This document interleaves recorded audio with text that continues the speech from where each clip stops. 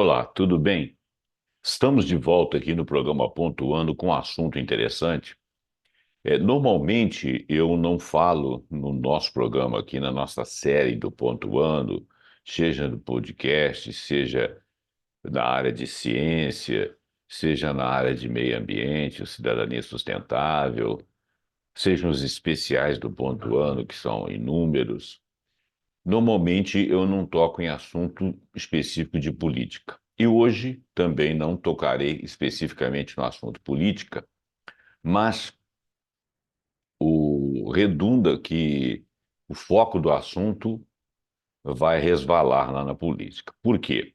Porque nós vamos falar da questão da inteligência artificial usada, né, em eleições. E existem projetos para a gente poder, para que o país possa se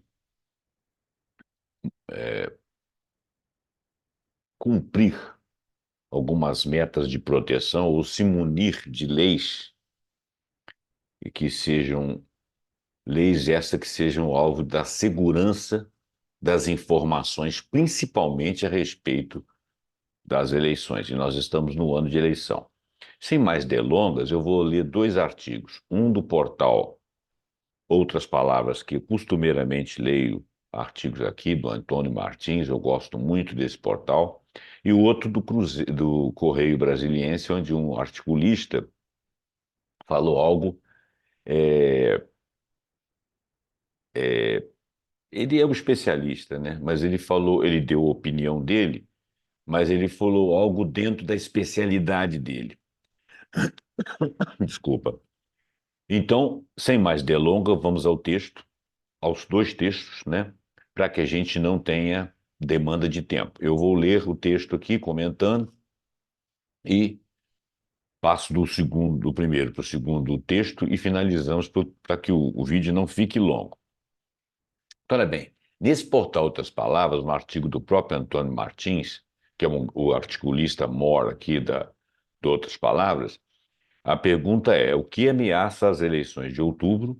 Inteligência artificial, deepfakes, redes de desinformação podem desfigurar o pleito.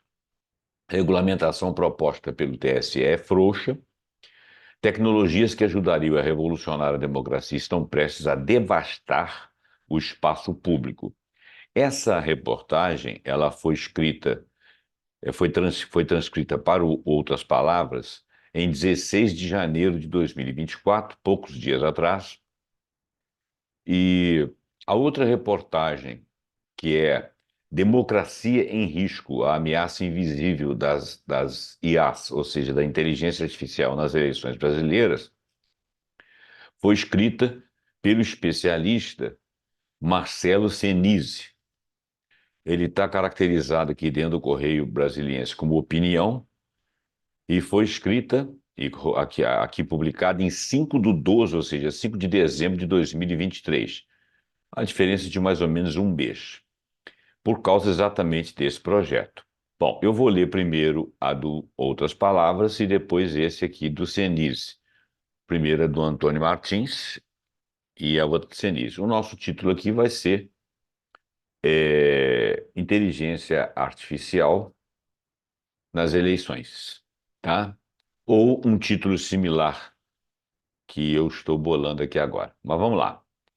É, Em 4 de janeiro, a ministra Carmen Lúcia, encarregada pelo Tribunal Superior Eleitoral de coordenar a definição de normas para eleições municipais de outubro de 2024, divulgou sua primeira proposta. Ela, a Carmen Lúcia, a ministra. O documento era aguardado com expectativa. Será o primeiro pleito brasileiro realizado após a popularização da inteligência artificial generativa. A tecnologia presente no chat GPT, por exemplo, é capaz de produzir em massa textos, imagens e áudios, vídeos manipulados e de macrosegmentá-los, ou seja, de dirigir, pulverizá-lo nas redes para cada mensagem ao público mais susceptível a se iludir com seu conteúdo, ou seja, ela vai manipular não só a publicação em si, mas a segmentação seria ela mandar para o maior número de pessoas ou grupos susceptíveis de serem iludidos com seu conteúdo. Os riscos já eram conhecidos, mais ou menos à época, o ministro Alexandre de Moraes afirmava em discurso que a falta de transparência na utilização das inteligências artificiais e dos algoritmos tornou os usuários susceptíveis à demagogia e à manipulação política.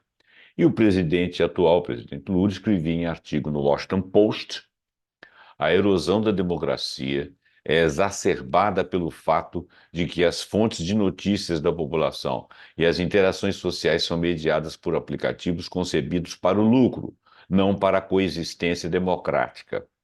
Fecha aspas da fala no Washington Post do presidente atual Lula. Mesmo assim, a proposta da ministra é claramente incapaz, diz aqui o articulista Antônio Martins, de enfrentar os perigos mencionados que Alexandre de Moraes menciona e Lula também.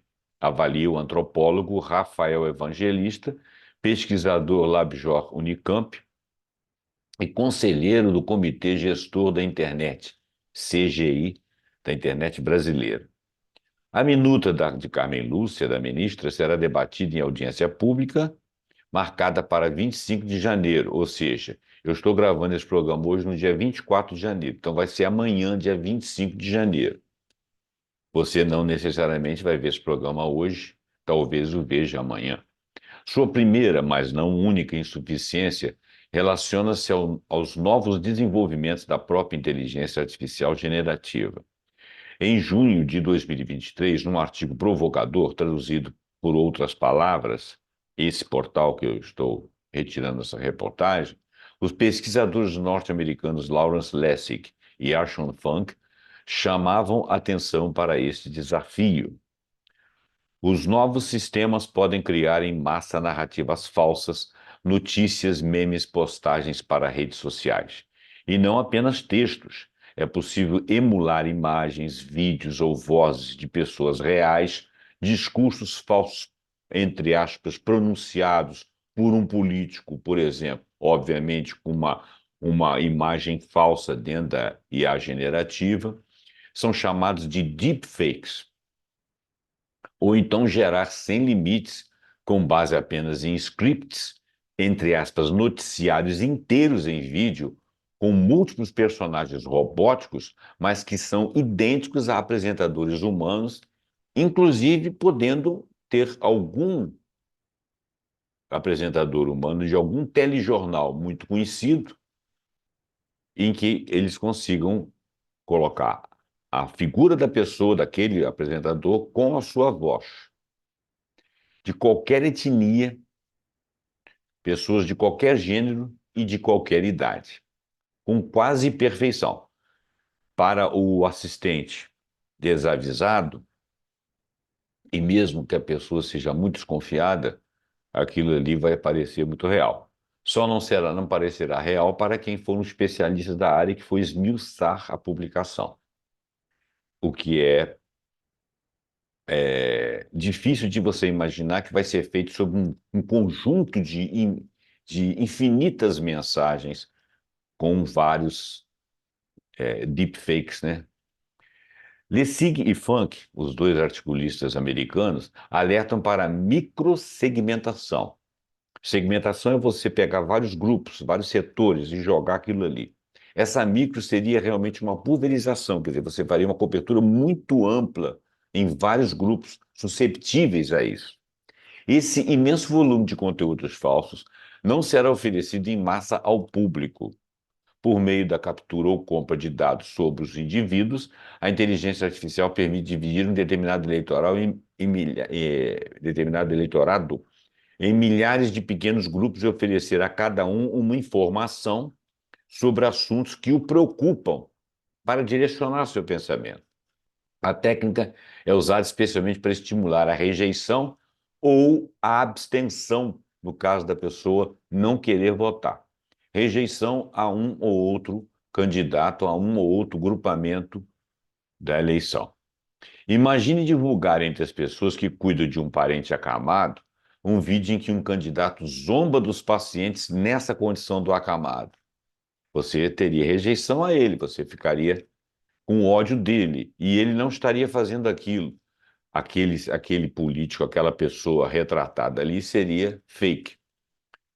Fake na fala, fake na imagem. Fake no ambiente do programa, se for um telejornal, uma coisa assim. Uma segmentação ainda mais precisa é capaz de individualizar as mensagens, de articulá-las em sequência, de modo a produzir o aprendizado por reforço, voltando àquele assunto várias vezes, e até mesmo interagir com cada eleitor, um robô respondendo você se você fizer uma interação lá dentro.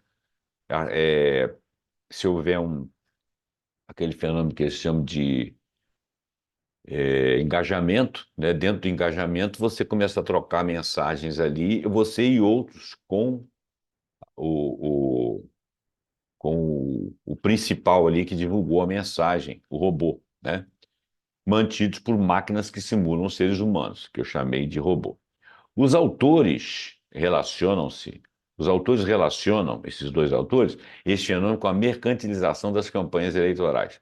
Em um futuro não distante, prevêem, empresas de marketing político oferecerão a candidatos pacotes com múltiplas técnicas baseadas em inteligência artificial generativa. O poder das novas ferramentas pode ser avassalador, pois elas realizam o trabalho de persuasão de milhares de pessoas.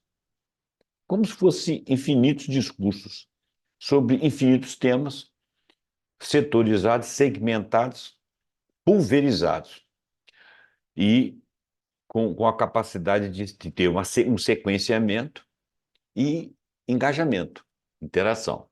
As eleições em que a capacidade de convencer e mobilizar já foi decisiva podem se reduzir a disputas em que prevalecerá quem tem o melhor aparato de IA generativa e, é claro, as condições para comprá-lo. Então, um grupamento político pode comprar esse aparato de uma determinada empresa oculta, né? E de marketing, ou uma pessoa, ou um grupamento, e com isso disparar essas deepfakes. E há um aspecto ainda mais grave. A microsegmentação destrói o espaço público, né? Porque o que você publiciza, o que você torna público em grandes redes para um infinito número de pessoas, pode ser discutido e pode ser olvidado por um determinado grupo que tenta esclarecer os demais. Se você faz uma pulverização, uma microsegmentação, algumas mensagens só chegam ao grupo-alvo, aqueles que são susceptíveis, por exemplo, que já têm uma tendência daquele tipo de pensamento e que teriam tendência a aceitar aquilo ali como real, pura e simplesmente. E ele não vai ouvir contrapartida de outros, a não ser de seus pares, aqueles que pensem como ele, que têm a mesma tendência, ele não vai ouvir isso de outro, não vai ouvir, por exemplo, de mim, que poderia aqui num programa de web falar, olha, isso é uma bobagem, isso está dizendo aqui é mentira, está na cara que essa imagem aqui não é verídica, ou que esse conteúdo não é claro, não é verdadeiro, tal. Quer dizer, ao isolar cada eleitor em suas preocupações particulares, ela elimina a própria ideia do debate, né? Então, ela destrói o espaço público. O espaço público é o espaço onde todos estão em tese. E se você elimina a ideia do debate coletivo, porque o espaço deixa de ser público para ser particular, no público não se discute o que só alguns viram, acabou a democracia. Não há democracia possível. A proposta inicial da ministra Carmen Lúcia é extremamente tímida para enfrentar esse cenário, opina o Rafael Evangelista.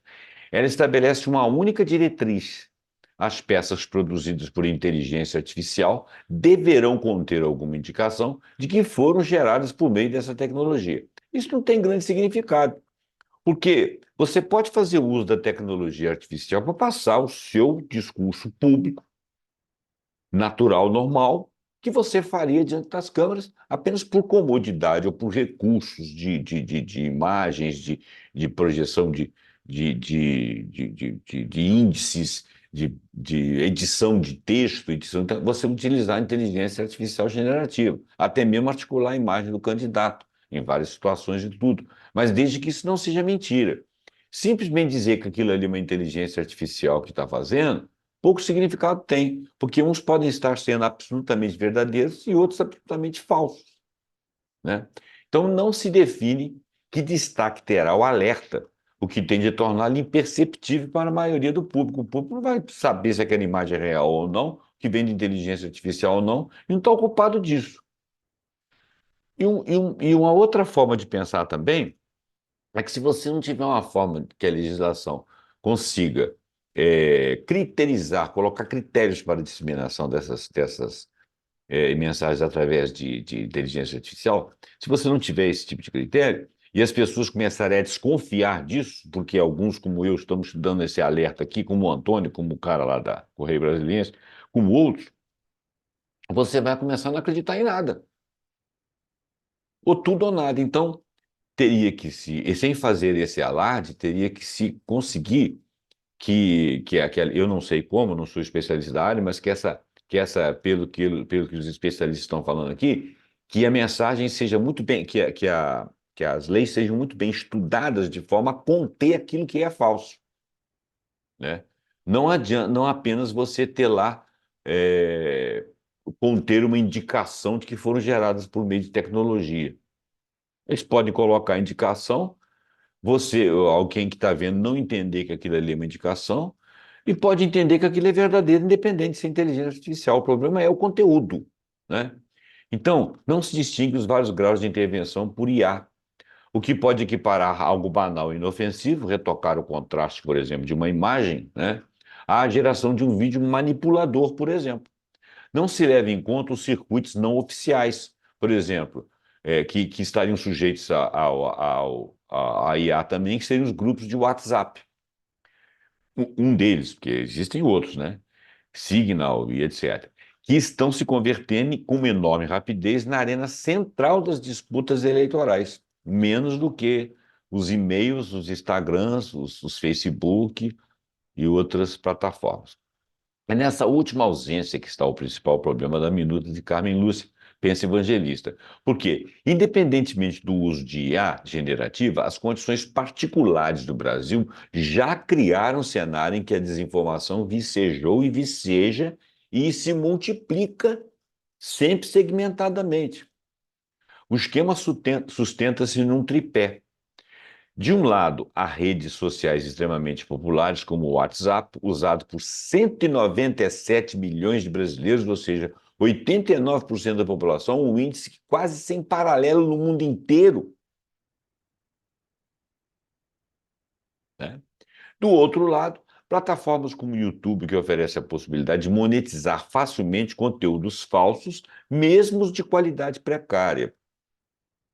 Aquelas políticas de privacidade lá do YouTube, que não circula isso, não circula aquilo, que o algoritmo dele varre, essas plataformas de IA, elas sabem perfeitamente o que varrer e se afastar daquilo que o algoritmo possa pegar e fazer um conteúdo falso assim mesmo,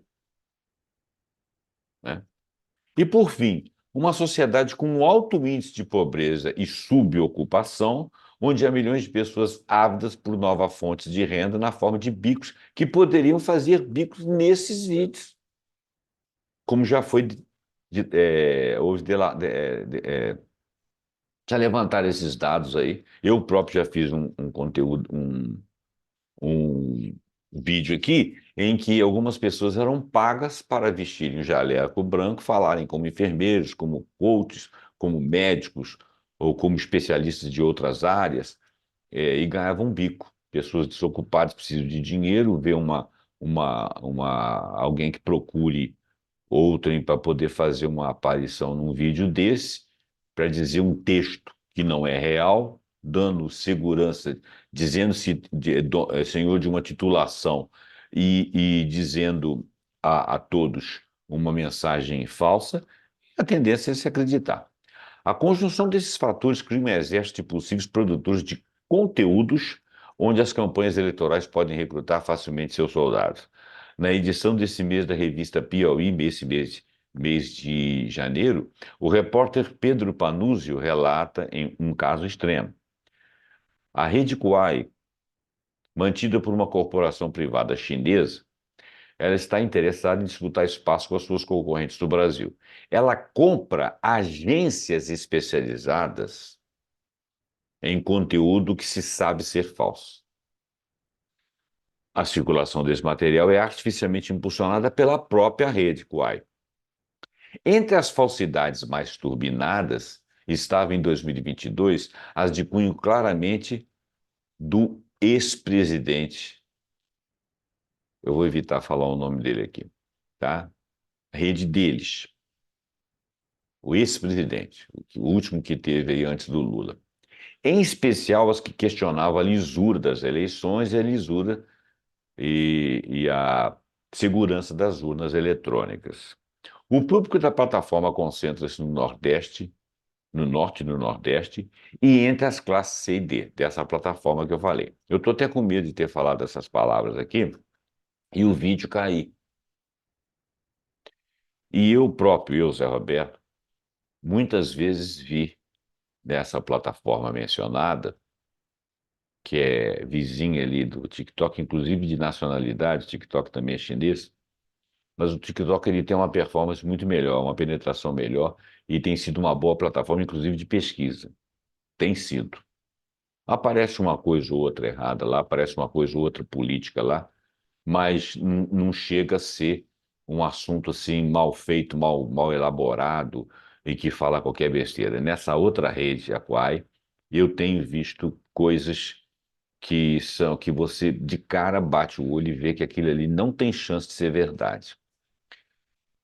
Independente de você ser a favor ou contra a figura do ex, mas quase todas as coisas que faziam menções eram discussões muito rasas e sempre no nível da acusação, nunca levantando fatos e ideias que fossem realmente interessantes ou que mostrasse a estrutura das coisas do nosso país. Eram sempre acusações, sempre discussões, sempre levantando coisas, perseguições e dramas e coisas dramáticas sempre fortes e pessoas sempre com agressividade.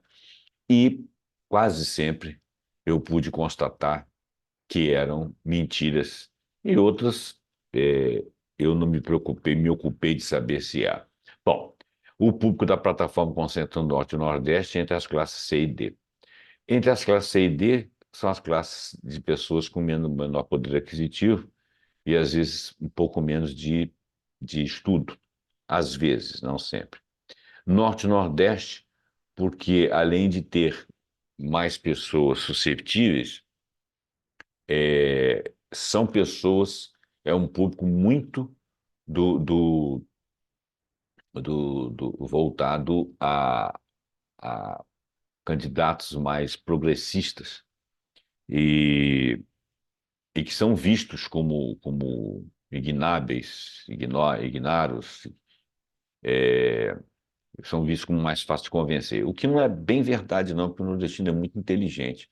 Mas talvez eles estejam tentando fazer uma pressão exatamente nesse eleitorado, que é um eleitorado, de repente, até mais esperto, apesar de ser da classe C e D e não ser necessariamente de grandes quantidades de estudo. Então, esse negócio de Norte e Nordeste aqui e classe C e D não significa muita coisa, não. Mas tudo bem.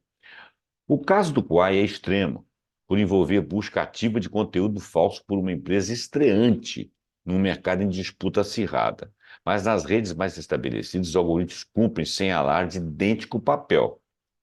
Quer dizer, os algoritmos também não retiram isso aí, não. É capaz de pegar meu vídeo aqui, que não tem nada de anormal, porque eu aqui estou sendo espontâneo, estou falando o que eu penso ser verdade, e usando os termos adequados, e os outros são muito mais espertos. Mas nas redes mais estabelecidas, os algoritmos cupom sem alarde idêntico papel. Programados para gerar receita, eles só promovem o que resulta audiência imediata. Então, às vezes, o camarada faz um vídeo idiota, falando de um ET que vai parar, passar aqui, que vai curar todo mundo, não sei o que, não sei o quê, e o YouTube não vai brigar com isso aí, não. Ele vai brigar se falar certas palavras, por exemplo, ligada à guerra, ligada a um lado ou outro de uma guerra, a um país ou outro, aí ele corta. Ou falar sobre algumas questões de saúde, sobre questões de vacina e tal. Essas coisas aí ele costuma pegar. Agora não está pegando mais, não, mas pegava. Mas mesmo em guerras, por exemplo, o lado, quando você discute alguma coisa, ou quando você fala de um tema que é considerado sensível, ele considera que você não pode falar um tema sensível, mas as grandes redes podem.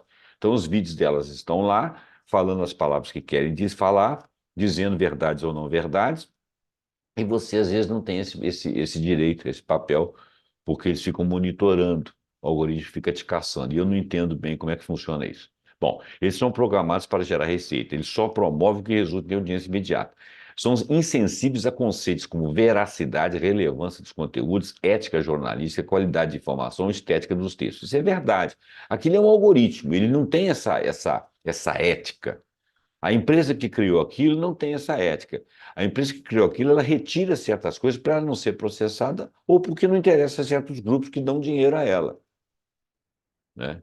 Essa lógica, então, quer dizer, não existe ética jornalista. Aquilo ali não é jornalismo, na maior parte das vezes. Essa lógica movimenta a vasta máquina de mentiras e manipulação. Nos grupos do WhatsApp de extrema-direita, os coordenadores identificam o conteúdo a promover. Esse material passa a bombar no YouTube ou outras plataformas que o remuneram. Não é preciso muita habilidade. Basta, por exemplo, comentar no viés adequado ao esquema um trecho de telejornal. Ou seja, você faz uma edição de telejornal, coloca só um trecho, aquilo ali dá o significado como se fosse aquilo ali o conteúdo, quando aquilo é uma parte em que você, se você lesse tudo, não te pareceria aquela afirmação a do contexto todo, né? É fácil de dizer isso aí, você editar texto. A recompensa serve de estímulo a novos produtos de desinformação. Não é preciso muita habilidade. Basta, por exemplo, comentar no viés adequado ao esquema um trecho de do telejornal. Eu acabei de falar isso. Evangelista imagina que um participante da engrenagem pode amealhar algo como 2.000 por mês, ocupando 4 horas vagas por dia. O antropólogo frisa: o problema vai muito além das campanhas eleitorais. Por isso, não seria razoável esperar a ministra Carmen Lúcia a solução mágica. A sociedade brasileira precisa se debruçar na regulação da internet. E a sociedade civil tem que assumir o protagonismo. Esse é um dos motivos que eu estou fazendo esse vídeo. Eu não tenho grandes interações, não tenho um público muito grande, não tenho muitos assinantes, espero tê-los, mas ainda não tenho. E um texto como esse aqui do Antônio não circula tanto, tá? E são textos tão bons, esses textos de outras palavras, eu aconselho vocês a frequentar esse portal. Ele faz colocações muito interessantes. Ele é um portal progressista. Com progressista eu quero dizer que ele não é de direita, nem de centro-direita. Ah, mas ele é esquerda e tal, ele tem esquerdistas de vários matizes. Mas o principal dele é o seguinte: o que ele fala, embora tenha um viés ideológico dele à esquerda, não é nada radical. E é sempre algo bem discutido, bem elaborado, e ele traz autores que são fidedignos, que são fiéis, que são autores reconhecidamente competentes, que não são pessoas mentirosas que estão tentando aparecer. Então, eu acho que isso dá uma confiança muito grande. De um congresso dominado pelo fisiologismo do Centrão, dificilmente sairá uma boa resposta.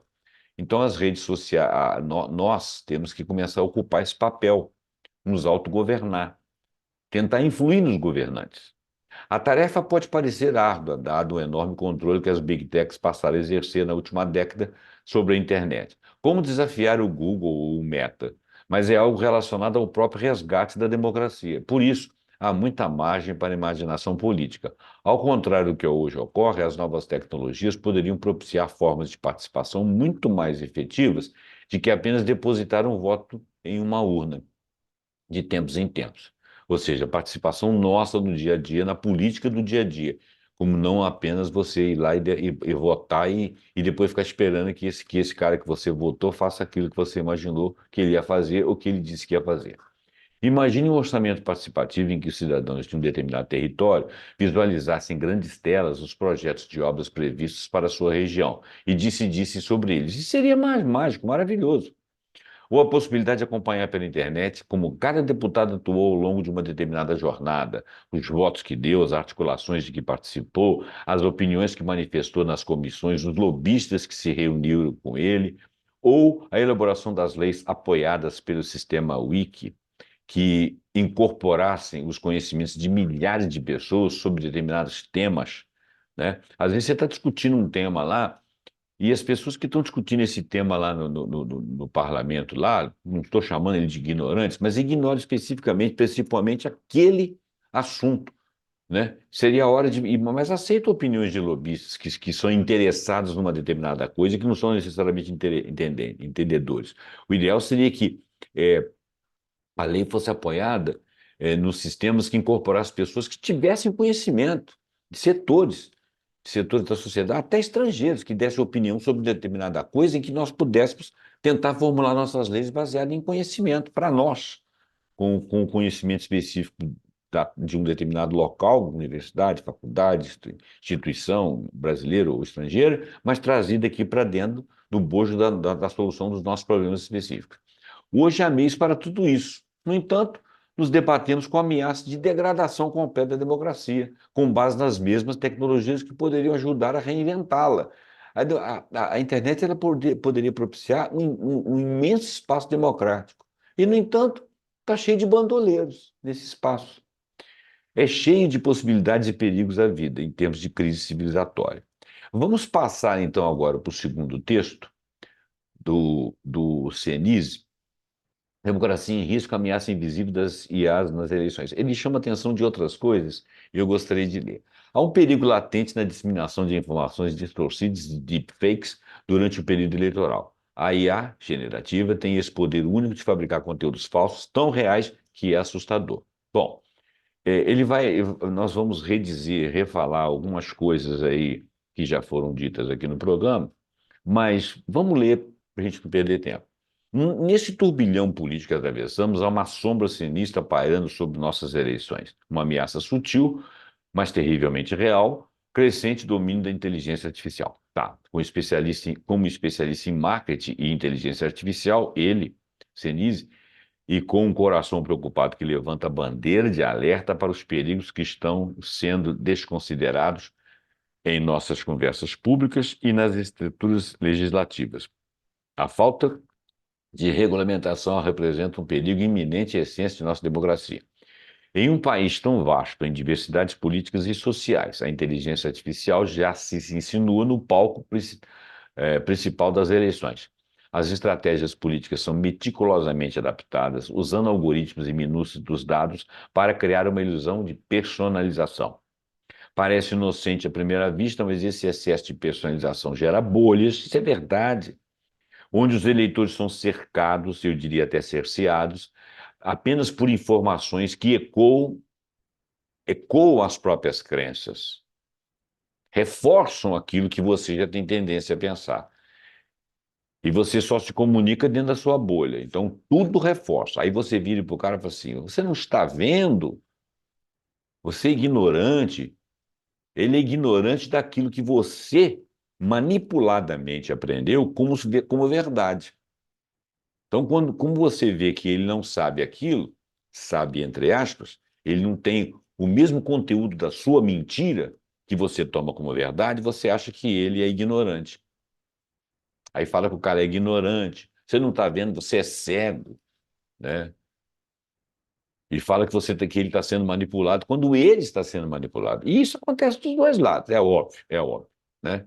Mas é como eu disse, os setores mais progressistas, eles trazem pelo menos figuras um pouco mais complexas de qualidade de conhecimento. E os outros lados, os mais, vamos chamar assim, aqueles que querem incutir uma ideia ou que querem vender uma ideia, eles usam qualquer artifício, eles não se baseiam na autoridade de ninguém. E quando esse alguém é emprestado a alguém uma autoridade, essa autoridade não se verifica, aquela pessoa não existe, ou ela não existe naquele papel. Isso é uma coisa importante, eu não estou tomando lado, eu estou falando daquilo que eu observo, que eu sempre vejo dos dois lados. Eu leio, eu assisto vídeos que eu discordo tudo, tanto no Kuai quanto no YouTube, em qualquer lugar, e assisto os vídeos que eu concordo. E muitos daqueles que eu concordo com a ideia, eu não acho que as análises estão perfeitas. Por quê? Porque eu tenho capacidade para pensar, né? Não sou um gênio, mas eu tenho capacidade para pensar. Você lendo bastante, você começa a ficar com capacidade de fazer digestão desses dados e chegar onde você, mesmo quando você contra uma pessoa que sabe que ela é sabidamente é, errada e bandoleiro, vamos dizer assim, Às vezes, algumas coisas ditas sobre aquelas pessoas não são verdadeiras, carregam nas coisas. Aí você fala, não, também não é assim. É assim, assim, assim, mas também não é assado. Entendeu? Quer dizer, a gente tem que ter esse tipo de coisa. Então, essas bolhas, os eleitores são cerceados, ou seja, eles estão cercados, cerceados do resto, cercados, por informações que ecoam apenas as crenças deles. Esse isolamento do discurso político está nos levando a extremos, né? Alimentando uma polarização desenfreada, uma polarização que às vezes não é verdadeira, tá? Porque entre duas posições, as pessoas que se pensam dessa ou daquela posição, se você as retirasse de suas bolhas e colocasse para discutir sem que uma soubesse que é de um lado ou de outro, elas talvez discutissem plataformas iguais de necessidades. Então, quer dizer, o espaço público de discussão está simplesmente encerrado, foi retirado do palco. Você pensa que você está vivendo democracia, ele não está vivendo. Você pensa que está tendo conhecimento, você não está tendo, né? Esse isolamento do discurso político está nos levando a extremos, alimentando uma polarização desenfreada, dificultando cada vez mais a construção de pontes, afastando-nos do entendimento mútuo, porque nós não estamos compartilhando informações verdadeiras entre nós, os que pensam igual e pensam diferente, fora das bolhas. E isso não é tudo. Há um perigo latente na disseminação das informações distorcidas e deepfakes durante o período eleitoral. A inteligência artificial tem esse poder único de fabricar conteúdos falsos tão reais que é assustador, porque eu já li na outra reportagem. Essa disseminação de falsidades abala a confiança no processo eleitoral, pondo em xeque a integridade, a legitimidade das nossas eleições. Quando, na realidade, as eleições estariam sendo decididas com base em aspectos falsos, em crenças falsas. Não a legitimidade da eleição em si, mas a legitimidade daquele, a legitimidade do processo de votar e de crer em fatos, que tornariam algo que é real e legítimo em algo condicionado por grupos para chegar a uma conclusão que não é melhor para o eleitor. Então, isso mexe, isso é legal, mas deixa de ser legítimo. É isso que ele quis dizer.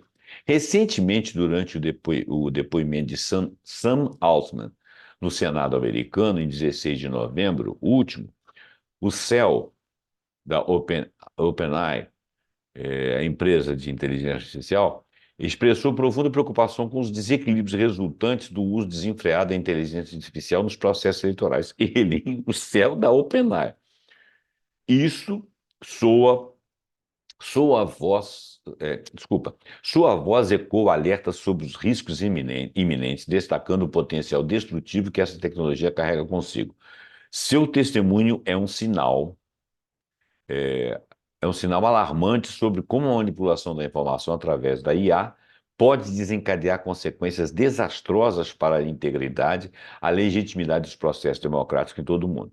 Isso enfatiza a urgência de estabelecer regulamentações efetivas no ambiente eleitoral. Então, o que o cara que produziu e que produz está dizendo é o seguinte, que o que ele tem na mão é um búfalo absolutamente selvagem. Se você não colocar regras, ele vai invadindo tudo. E como as possibilidades são infinitas, o próprio criador não consegue colocar um controle naquilo. Não tem como. Depende do uso dos outros. E ao fazer o uso errado, tem que ter leis que coíbam. Tem que ter gente instruída que possa perceber e retirar aquilo ali. Ou fazer retirar para quem receber, por exemplo, dentro das plataformas. Então nós temos que ter leis. É perturbador ver que, apesar dessas ameaças visíveis, o ritmo legislativo brasileiro tem sido incrivelmente lento na implementação da regulamentação adequada para essa tecnologia nas eleições. O projeto de lei 2.338 de 2023, em tramitação na Comissão Temporária sobre Inteligência Artificial, a CTIA, a mania de siglas, né? CTIA, embora seja um passo na direção certa, ainda precisa de debates mais abrangentes e específicos sobre o uso das IA nas campanhas. Essa falta de regulamentação é uma falha perigosa em nossa democracia, dada a urgência do momento. Enquanto isso, países ao redor do mundo estão tomando medidas sérias para proteger suas democracias. Então, existe forma de fazer isso, e eles estão fazendo lá fora. Está na hora de nós fazermos aqui dentro. estão implementando regulamentações que garantem transparência na publicidade política, verificação de fatos para identificar e corrigir informações falsas e reforço na proteção dos dados pessoais das pessoas, para que não haja aquela microsegmentação. É imperativo que o Brasil siga esses exemplos e tome medidas proativas para proteger a integridade de nossas eleições, promovendo regulamentações claras, transparência, segurança cibernética e educação cívica. No entanto, não basta agir isoladamente. É crucial formar uma força-tarefa interdisciplinar. Isso o outro disse lá também. Reunindo membros do Ministério da Justiça, Tribunal Superior Eleitoral, Ministério Público Eleitoral, Congresso Nacional, entre outros conhecedores, especialistas, né? Somente por meio de uma abordagem unificada e abrangente poderemos enfrentar com sucesso esses desafios. A lentidão legislativa e a falta de discussões efetivas sobre a inteligência artificial nas eleições são sinais gritantes de alerta. O Brasil deve agir imediatamente para manter sua posição como um bastião democrático global, protegendo o nosso eleitorado dos perigos representados por essa tecnologia. Marcelo Senise é idealizador do Instituto Brasileiro para a Regulamentação da Inteligência, é sociólogo e também é marqueteiro. E o nosso amigo Antônio Martins, ele é um editor de outras palavras e deve ter um currículo muito grande, né? Porque ele é admirado e respeitado aí por várias pessoas no segmento aqui da,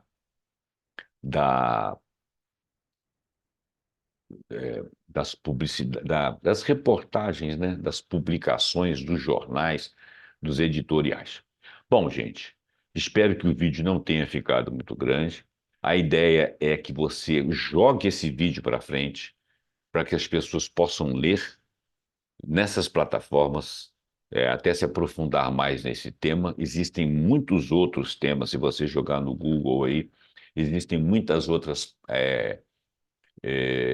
publicações que estão falando algo similar, cada um jogando para um lado. Essa última reportagem, ele abrangiu um pouco mais a forma de solução, porque ele é marqueteiro.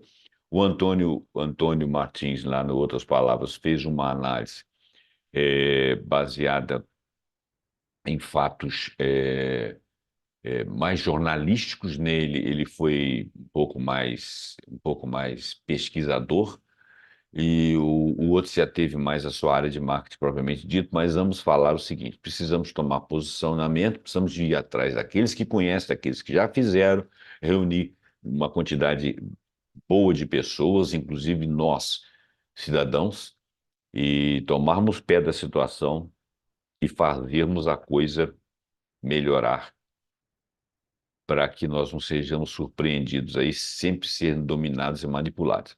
E isso é muito fácil em países do terceiro mundo. Apesar de que hoje em dia nós nem podemos falar disso, porque algumas coisas muito complicadas e parecidas com o que acontece aqui estão acontecendo em países considerados cultos, antigos e etc., que a população educada.